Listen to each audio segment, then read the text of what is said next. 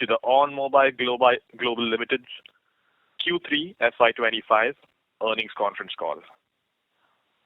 As a reminder, all participant lines will be in the listen-only mode, and there will be an opportunity for you to ask questions after the presentation concludes. Should you need assistance during the call, please signal an operator by pressing star then 0 on your touchtone phone. Please note that this conference is being recorded. I now hand the conference over to Mr. Prateek Jagtap from EY Investor Relations. Thank you, and over to you, sir. Thank you, Rayo. Good day, and welcome to Q3 FY25 earnings call of On Mobile Global Limited. Representing the management today, we have FC, Executive Chairman and CEO, Radhika Venugopal, Global CFO, Vikram Sherawat, President and COO. The call will start with brief update about the overall performance during the quarter by FC. Vikram will share insights on operations, followed by Radhika, who will update on financials. After that, we will open the floor for Q&A session. I would like to mention that some of the statements made in today's call may be forward-looking in nature and may involve risks and uncertainties that we see. For a list of such considerations, please refer to the earnings presentation. On Mobile Global undertakes no obligation to publicly revise any forward-looking statement to reflect future or likely events or circumstances. Having said that, I now hand over the floor to Mr. FC. Over to you, FC. Thank you. Thank you all for joining this call. Strong quarter, as we can see, 26% quarter-on-quarter growth, 1665. I must say it's really in line with the size of the projects we're deploying. So I will focus on the gaming side, which really drew all the growth, and then we'll let to Vikram explain and Radhika the details on the balance of the business. So gaming is now 45% of revenues. Let me start by talking about the gaming subscription, which is Challenger Arena and Unmo, which grew by 16.9% quarter-on-quarter. It's a decent growth in line with what we have said in the past, that our main focus is to optimize the accounts, reduce the marketing costs, and grow. We had mentioned that we would last quarter double the revenues in the next 5-6 quarters. So we're still in line with this, so that in the next 5 quarters we should be at 2 million monthly revenues in the next 5 quarters. So that growth is in line with this. Now, let me talk about the question, which I'm sure you all have, is the gaming platform revenues, 450. The gaming platform revenues is also in line with the discussion we had last quarter about the DSphere infrastructure that we're deploying. These revenues were booked, as mentioned last time. DSphere is deploying their software on our network. We have a global network today. We have a lot of sunk costs. It took us 20 years to build this network. The objective is to actually build a specialized network that would be open for AI and gaming companies. Now, just to be clear, to be able to maintain these revenues and really support the AI companies the Spheres has today, which are quite big, very big gaming and AI companies, they need important deployment of GPU servers. And that's, just to be clear, that's why we wrote in the notes here, we have to invest $15 million in servers deployment to be done actually in this coming month. So this has to be linked with the fact that we can finance and deploy these servers. And I must say this is only a start. There's a lot more demands for servers deployment for being able to deploy a specialized network. As I mentioned last time, the DSphere technology enables twice the performance at 6 times less costs. This is why it's so attractive for AI and gaming companies, and it enables us to do new services also. And to that end, you might have seen in our results also that we booked a high cost of license that we need to that we purchased and that we're buying. This is for a new service in the subscription side, which is not tied to OnMo and CA, that will be deployed with key operators in our network. We are today in important discussions and advanced, business cases with operator groups, and this will necessitate a lot of servers, also an important capex deployment. So we've not announced that service yet. We will do them in the future quarters, but it's hitting our costs because we have to spend the money now to be able to showcase the service and deploy it, and obviously launch it after. So that's why, when you look at our results in the mix right now, there's a key impact on the gaming platform revenues. And that's why also we're doing, advanced stage for financing the capex that will be required. And it's key for us to be able to raise the money so we can deploy the capex, so we can generate the revenues. So to that, I'm going to pass it to Bikram to explain in detail the operation of the business. Bikram? Thank you, FC. Good evening, everybody. I'll touch upon the key lines of business beyond gaming, which FC already spoke about. If you see on Tone side, we have increased our subscriber base, which we were serving from 57 million to 55 million to 57 million. We have around 500 odd million Tone plays a day on an average in the last quarter. We had one deployment major in LATAM region, which we were expecting to happen in Q3, which has been pushed to Q4. As of end of Q3, we have 32 customers which are live on the Tones business. Q-on-Q on the Tones business, we have seen the revenue is flat, but with new focus on new business and new deals which are going to go live, we are expecting positive movement there. In addition to that, we've been discussing with one of the key clients in one of the largest markets for us to launch bundle packs on Tones. We've been able to do that. We did that in the last couple of weeks of the quarter, so we are seeing some initial good green shoot results coming out of there.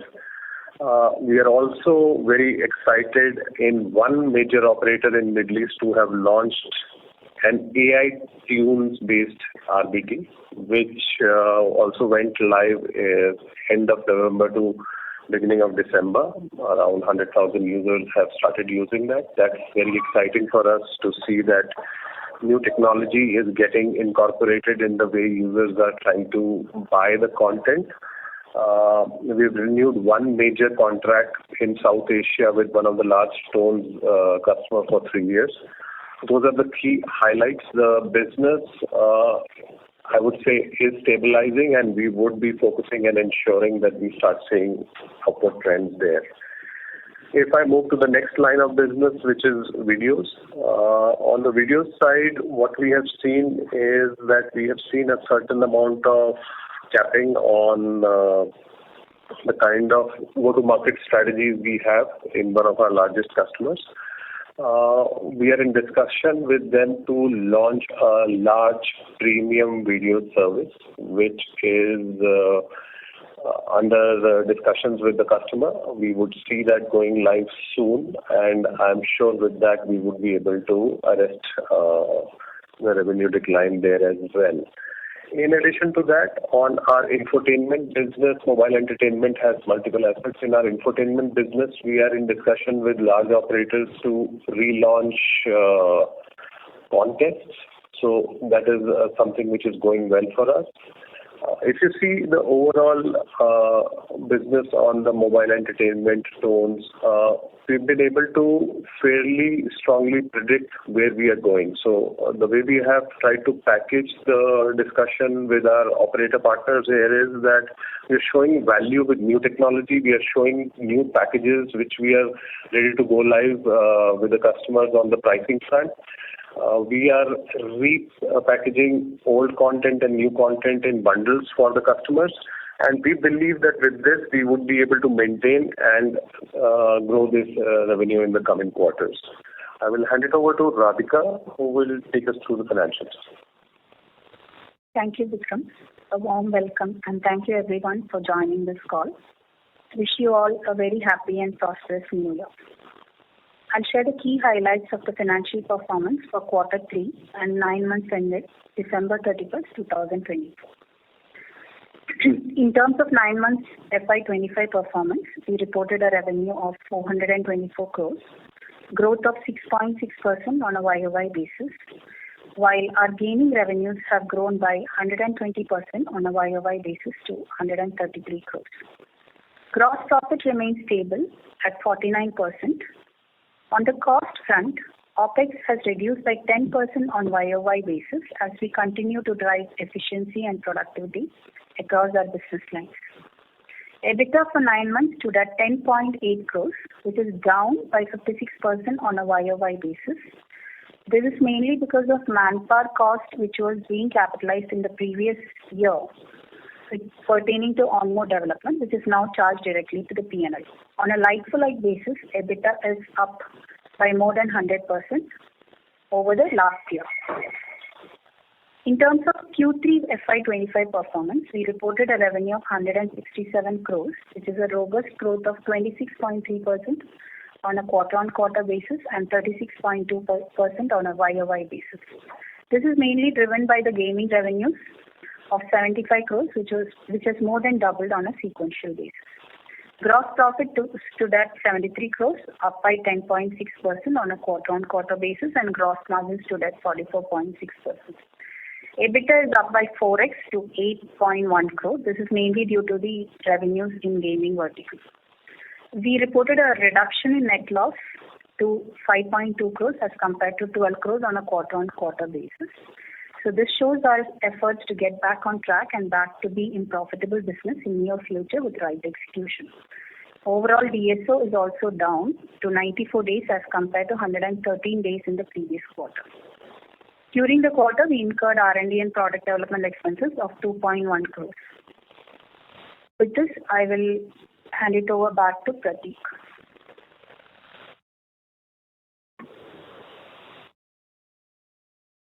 Thank you very much. We will now begin the question and answer session. Anyone who wishes to ask questions may press star and 1 on their touchtone telephone. If you wish to remove yourself from the question queue, you may press star and 2. Participants are requested to use handsets while asking questions. Ladies and gentlemen, we will wait for a moment while the question queue assembles. To ask questions, please press star and 1.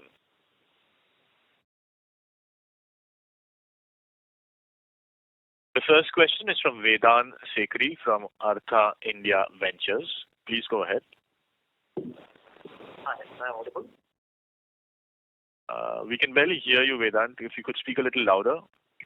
Hi, how about now? Yes, please go ahead. Yeah, hi.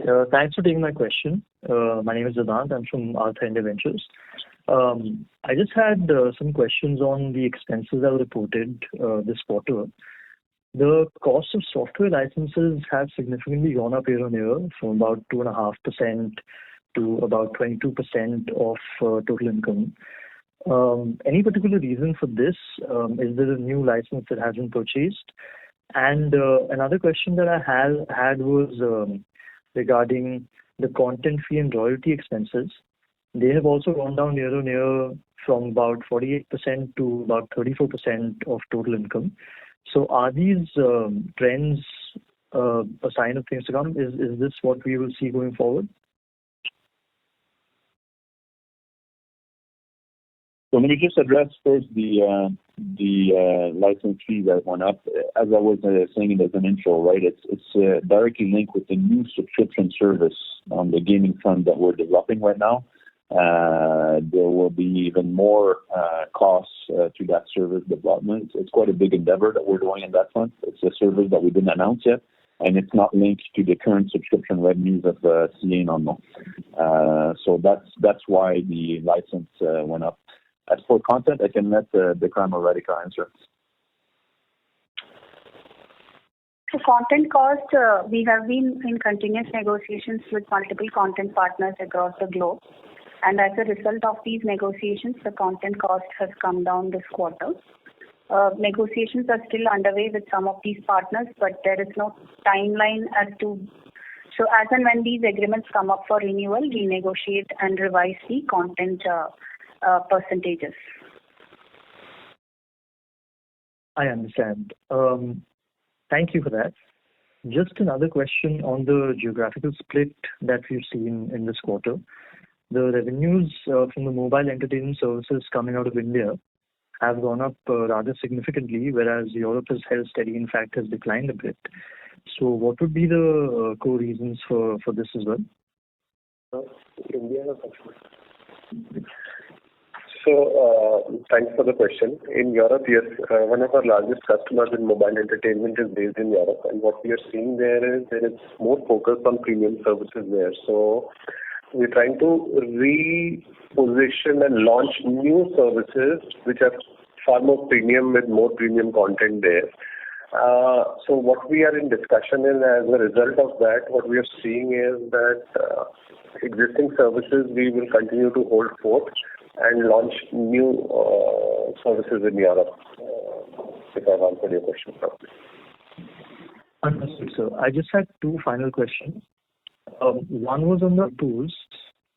This going forward, you had mentioned that the ARPU for gaming would be around 27 to 28 rupees, and for mobile entertainment services noted at 15 to 21 rupees.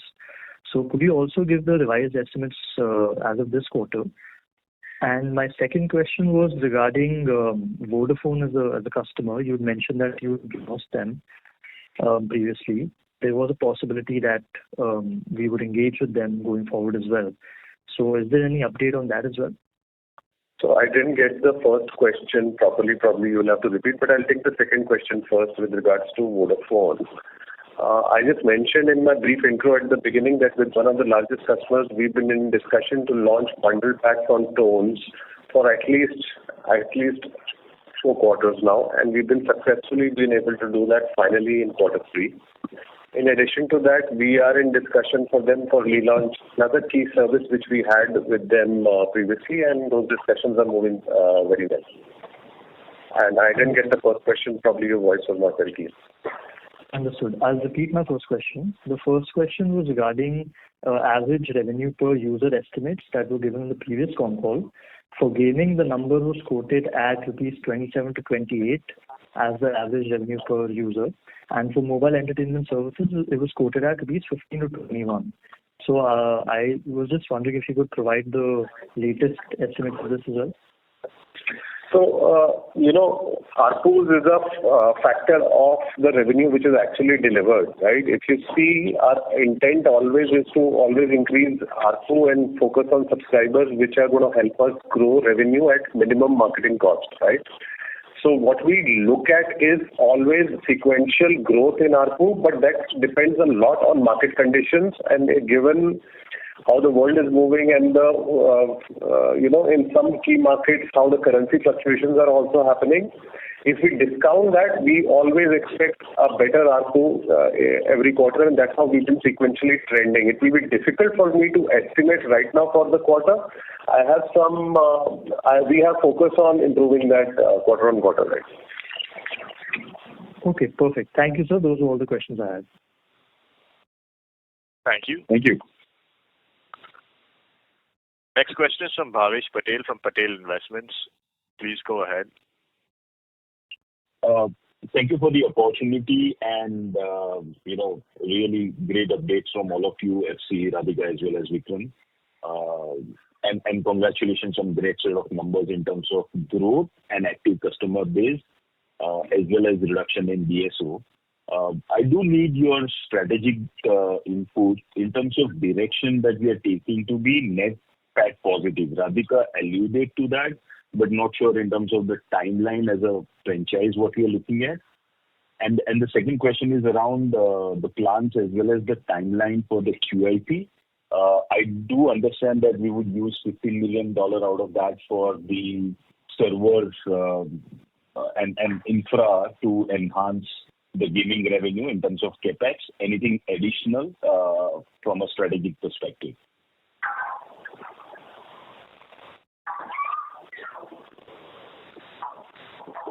Radhika, I'll let you answer first. I'll take the QIP.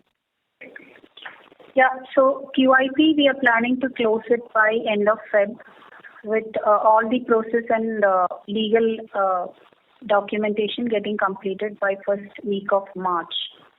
That's the timeline for QIP. Currently, the due diligence is in progress, and the investor roadshow will be somewhere around second half of February.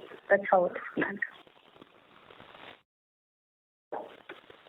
Very good. And your first question on, how do we start making money, right? Basically, that's what you're asking, like cash flow wise, when do we turn positive?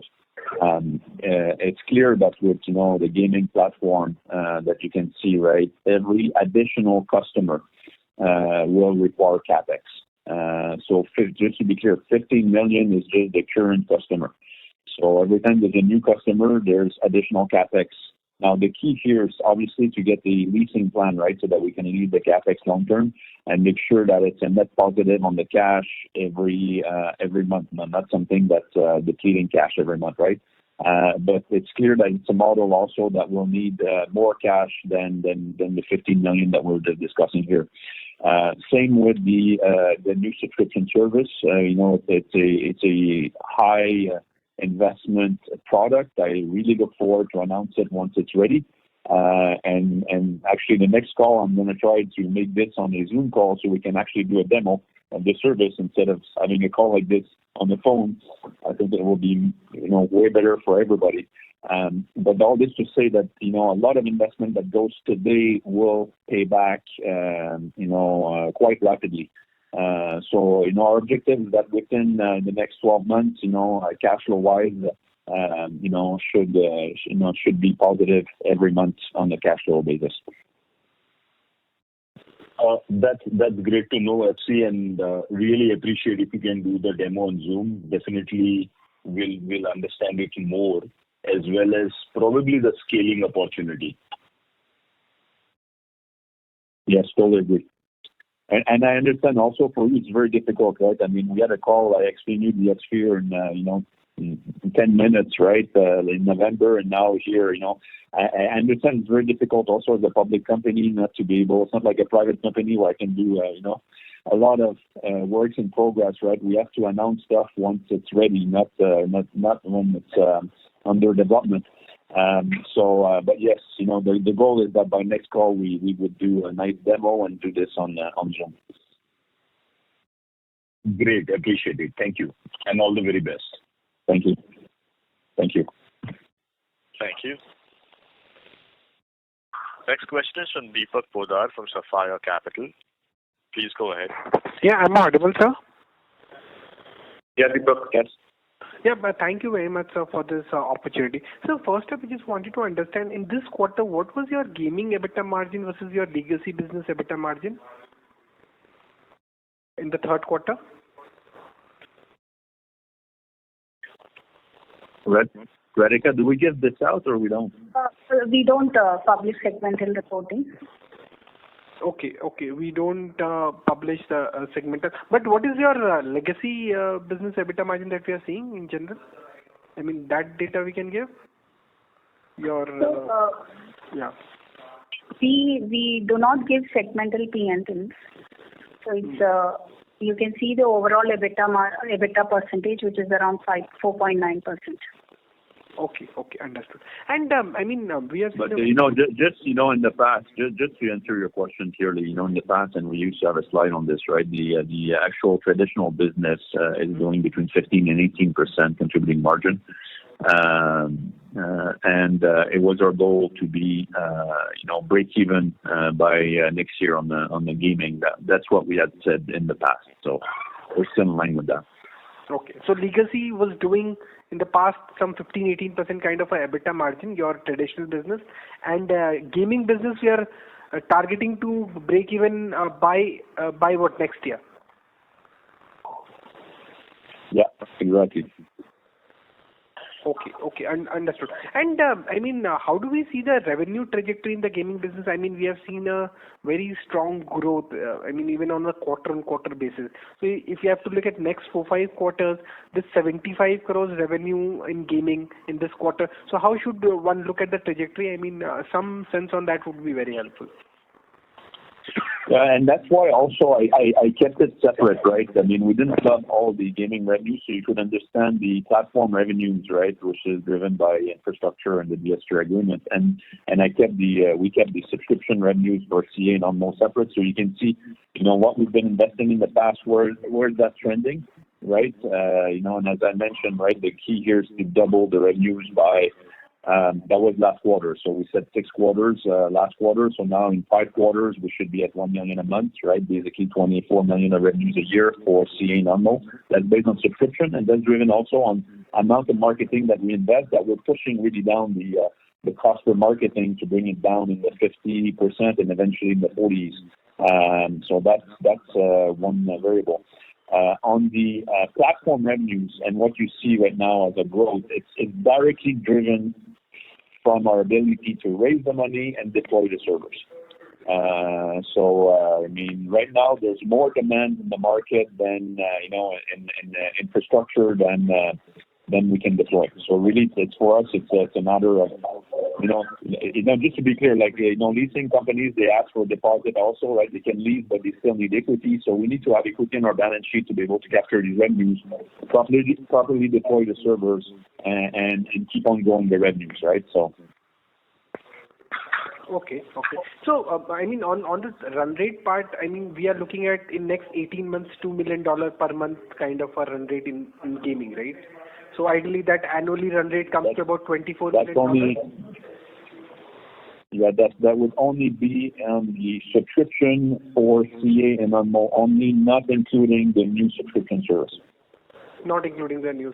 So ideally, we are looking at a high growth trajectory even on a quarter-on-quarter basis, right? I mean, will it be fair to say, I mean, on a quarter-on-quarter basis, we will see an upward trend only in the gaming revenue that we have seen in this quarter on a quarter-on-quarter basis? Honestly, this quarter, as you see, mobile entertainment went down. I mean, I still believe there's no reason why our mobile entertainment business should go down, right? We should be able to, make it grow, not go down. But for sure, as we said, the subscription business should be between 15 and 20% a quarter just on subscription. And the platform business, as you can see, we've got a jump now with the DSR agreement. And the AI companies they have, it's directly linked for our ability to be able to raise the money, deploy the servers, and then get a new customer, raise more money, deploy more servers, and obviously as we do this, that will have a direct impact on the revenues. Okay, understood. That's very clear. That's very helpful. Just one last thing. I mean, we have said once, gaming revenue will reach an optimum scale. So we can see a 25% kind of a EBITDA margin in that business, right? That's 100% the goal. Now, what we have to consider, though, is the new investments, right? So we have multiple products, and we're investing in new products. But if you just take, for example, CA and Onmo combined, as we said before, that's the target. As we get to that 2 million a month, we should generate that 25%. Okay. For so just that segment of that gaming business. So at $2 million run rate, we can achieve 25% kind of a EBITDA margin, right? That's it. That's the goal. Okay, but that is after considering the investment expenses. I mean, additional expenses that you might be passing through P&L. So, I mean, some of these expenses you would be capitalizing. The additional investment is for other service, right? There's just, and I know it's a bit confusing because we have multiple investments, but the additional investments right now is for a new subscription service. It's not for CA and Onmo. Okay. Understood. Fair enough. Okay, that would be from my side. All the way best to you. Thank you. Thank you. Thank you. Next question is from Raj from Arjav Partners. Please go ahead.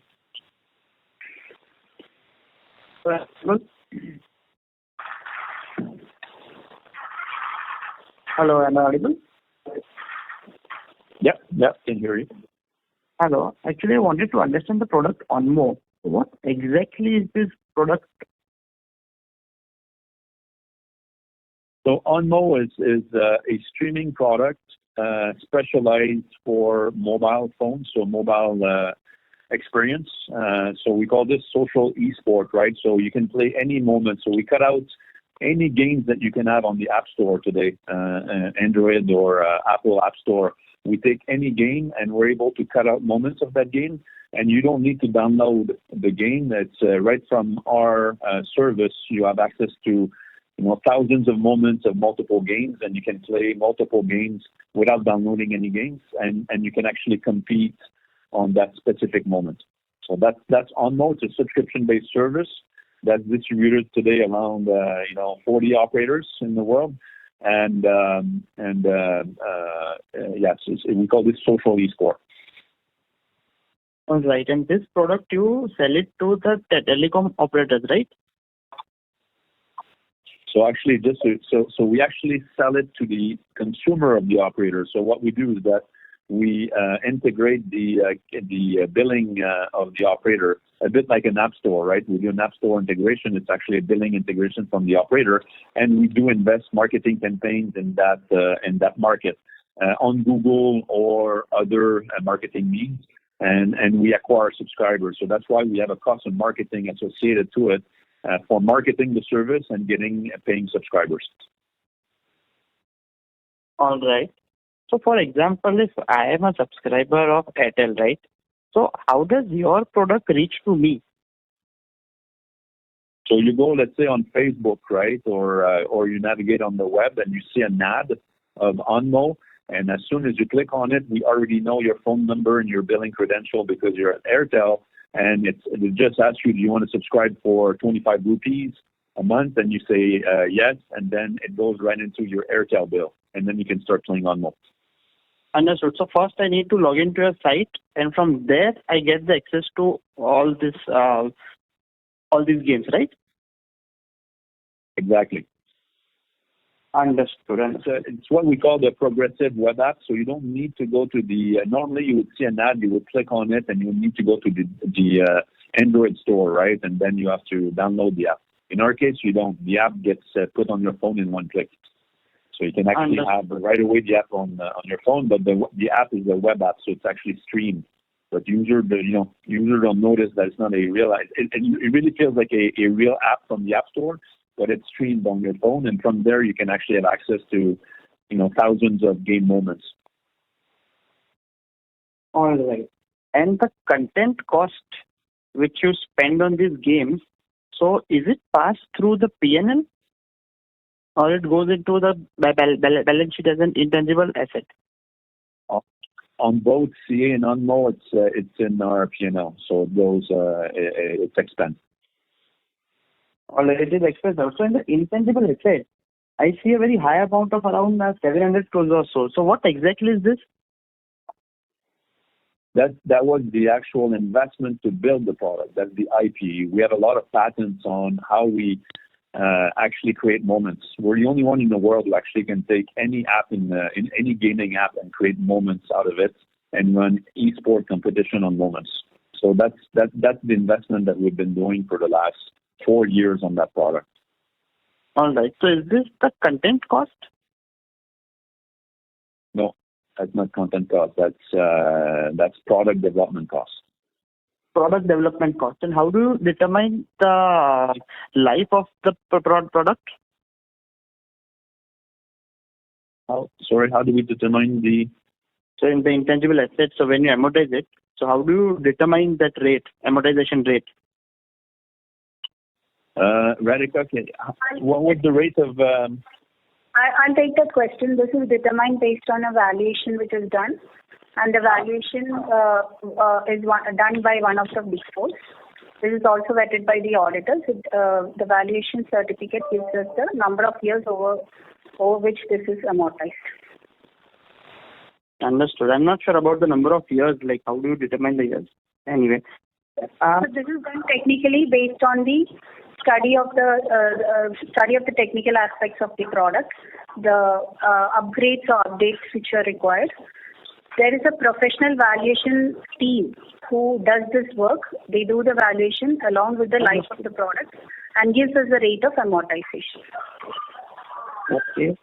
And sir, overall, how much? I'm really sorry to interrupt, but maybe request you to rejoin the queue as there are several participants waiting for their turn.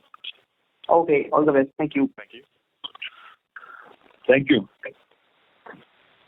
We take the next question from Prakash Ramaseshan from Pragya Consulting. Please go ahead. Thank you so much for taking my questions. The questions that pinned at the beginning of the call were brought up by the previous participant. Radhika ji, I would request you if you could give us some kind of a note-stroke document on the amortization policies. It would kind of help us as investors to understand the intangibles. So that was one small suggestion. The other one for FC was basically on the platform revenues, which are incremental to CA/ONMO. Could you give us indications of the kind of mathematics in terms of revenues vis-a-vis the server investments, which is the $15 million, or are the investments going to be larger over time? So if you could give us visibility on both the investments and the potential revenues. Let me take this, then I'll let Radhika on the amortization. The current revenues we have is linked to the fact that we need to deploy the 15 million, right? So that's in link. Obviously, right now, as I was saying earlier, we could deploy way more in CapEx, and once we deploy, then we can capture way more revenues, right? In line with that same ratio. So that's, I'm a bit vague here, but yeah, it's really directly linked, the revenues on the platform side to be able to, every new customer needs new CapEx, right? They need access to GPU servers. As you know, all the AI and gaming companies need the latest NVIDIA cards and GPU cards, right? So that's what we're buying. We have our own configuration on the server, and we deploy this in data centers. So every time there's a new customer, there's automatically CapEx. And the key, obviously, is to be able to lease this so that we make a cash-on-cash benefit every month, right? So that we're not stuck in a loop here where we're just bleeding money and we never make money, right? So we have to get to a point where we have a very strong relationship with leasing companies or debt companies that can actually lease this CapEx, and that we can capture the revenues and have a decent return. So no. And I was just asking a broad indication, FC. Hello? Yeah, broad indications of? No, I was just asking a broad indication of, let's say I invest $15 million in servers. Potentially, how much revenue can that get me? Just ballpark. And on that revenue, what is the broad EBITDA? So it may not happen in a day, which we understand, but just looking at the longer term mathematics. Yeah. So I'll keep it simple. I think 15 million of CapEx will give you about 2 million a month. It will cost, half of that. So that's in rough. That's about the math. So 15 million of CapEx should give you 24 million of revenues. All the time. Yeah. So 15 million of CapEx should give you 24 million of revenues. Vis-a-vis on which you should have about 12 million EBITDA. There's other costs than CapEx. But let's say contributing margin. Right? Fair. No, that just gives me an understanding of the mathematics there. Fine, sir. On the amortization, my request to Radhika ji is, if you could give us some kind of an amortization policy, that helps. Yeah, so on amortization, there is already an accounting policy which is available in our annual report. You can refer to notes to accounts, page number 129 in the annual report, which will give you the details. Currently, we are amortizing the intangibles pertaining to product development over a period of 10 years based on the valuation. Okay. Fair. Thank you. Thank you so much for taking my question. Thank you. Thank you, Prakash. Thank you. Next question is from Elish Gopani from Gopani Securities and Investments. Please go ahead. Good evening, everybody, and thank you for giving me an opportunity. I have three questions. The first question is, why has the gross margin declined even when gaming revenue has increased substantially? Question number 2 is, at what monthly subscription revenue in gaming do we aspire to end this year? Third question, at what revenue level do we break even at PAT? Radhika, you want to answer this? So the first question regarding the decline in gross margin is mainly pertaining to the decline in legacy revenues. As you can see, the legacy revenues have declined, and this is legacy revenues are high gross margin revenues, and this has contributed to the decline in gross margin. Sorry, can I have your second question, please? At what monthly subscription revenue in gaming do we aspire to end this year? So if you see the subscription revenue quarter on quarter is growing between 15 to 20%, and what we are looking at maintaining that trend. And third question, at what revenue level do we break even at PAT? For which line of business? So overall company level, right now the PAT is at a loss of 5 crores. So anything which contributes to the margin or to the EBITDA of 5 crores should make it break even, but it's not a straight math. It depends on which stream of revenues get added to the overall P&L and what is the margin on that. Approximately another 10 crores, if I take incremental revenues coming at a 50% margin, it would be around 10 crores of revenue which gets added to the top line, which will make the PAT neutral. But always remember that there is also the interplay of exchanges, forex rates, and other surprise expenses which may come in. So it's not a very strict guideline on this, but yeah, in the current scenario, an addition of 10 crores will make the PAT neutral, neither positive nor negative. So in the presentation, if I take the quarter three results. So in the presentation, you have mentioned that we will grow from $1 million to $2 million in 12 to 18 months. So can we expect that we will be doing PAT in 18 months? Yes. Hello. Yes, for sure. That's for sure, no? Okay. Thank you, sir. That's for sure. Now keep in mind that it all depends on the other investments we do and what we capitalize or we don't capitalize, right? So it's important also. So one last question. When will we complete our QIP? By March end this year? Yeah, the target is to be in March. So or beginning or end of March. That's where we plan to complete the QIP. So when will we complete the investment that we are expecting? In first quarter we will complete the investment after the QIP? We have to deploy servers in March. So we need that $15 million to deploy. So we'll receive the money in March. So can we complete the investment in first quarter of next year? When you say complete, you mean the QIP would go till April, May? No, I would prefer to do it in March. No, I'm asking if we get the money in March 25, can we complete our investment in the first quarter of 25-26? Oh, we can, but just it's right now it is like we have a customer that wants his servers, right? So normally let's make sure the customer is happy, right? I don't want to have unnecessary delays because we're dragging our feet to raise the money, right? So that's. Okay, thank you. Thank you.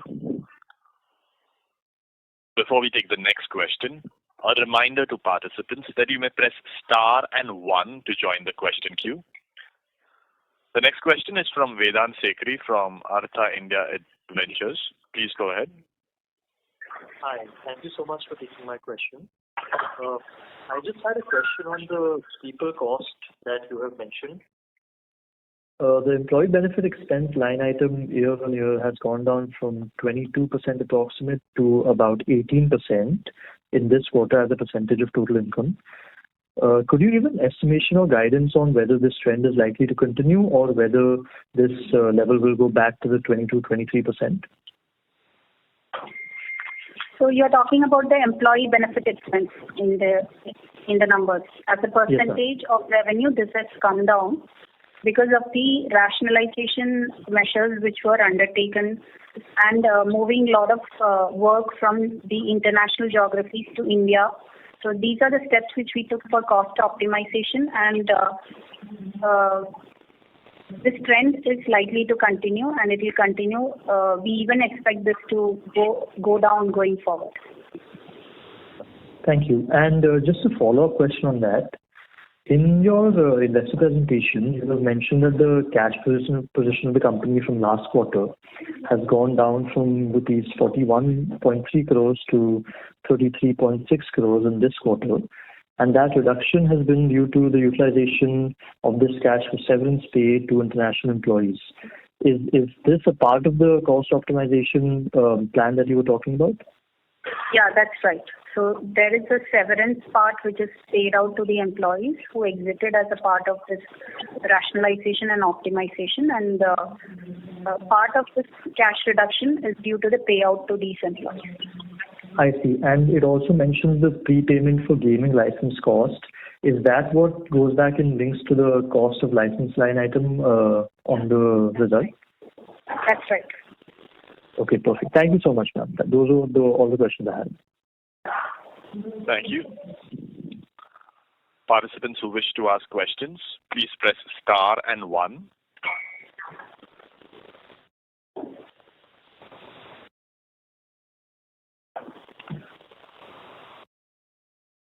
Ladies and gentlemen, to ask questions, you may press star and 1.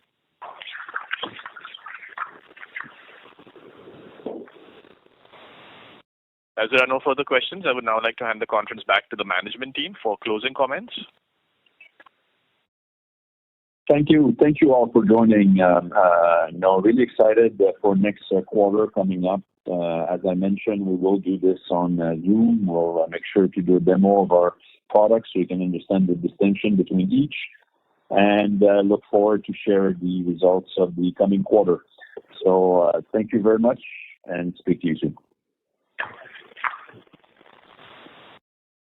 Thank you very much. On behalf of On Mobile Global Limited, that concludes the conference. Thank you for joining us, ladies and gentlemen. You may now disconnect your lines.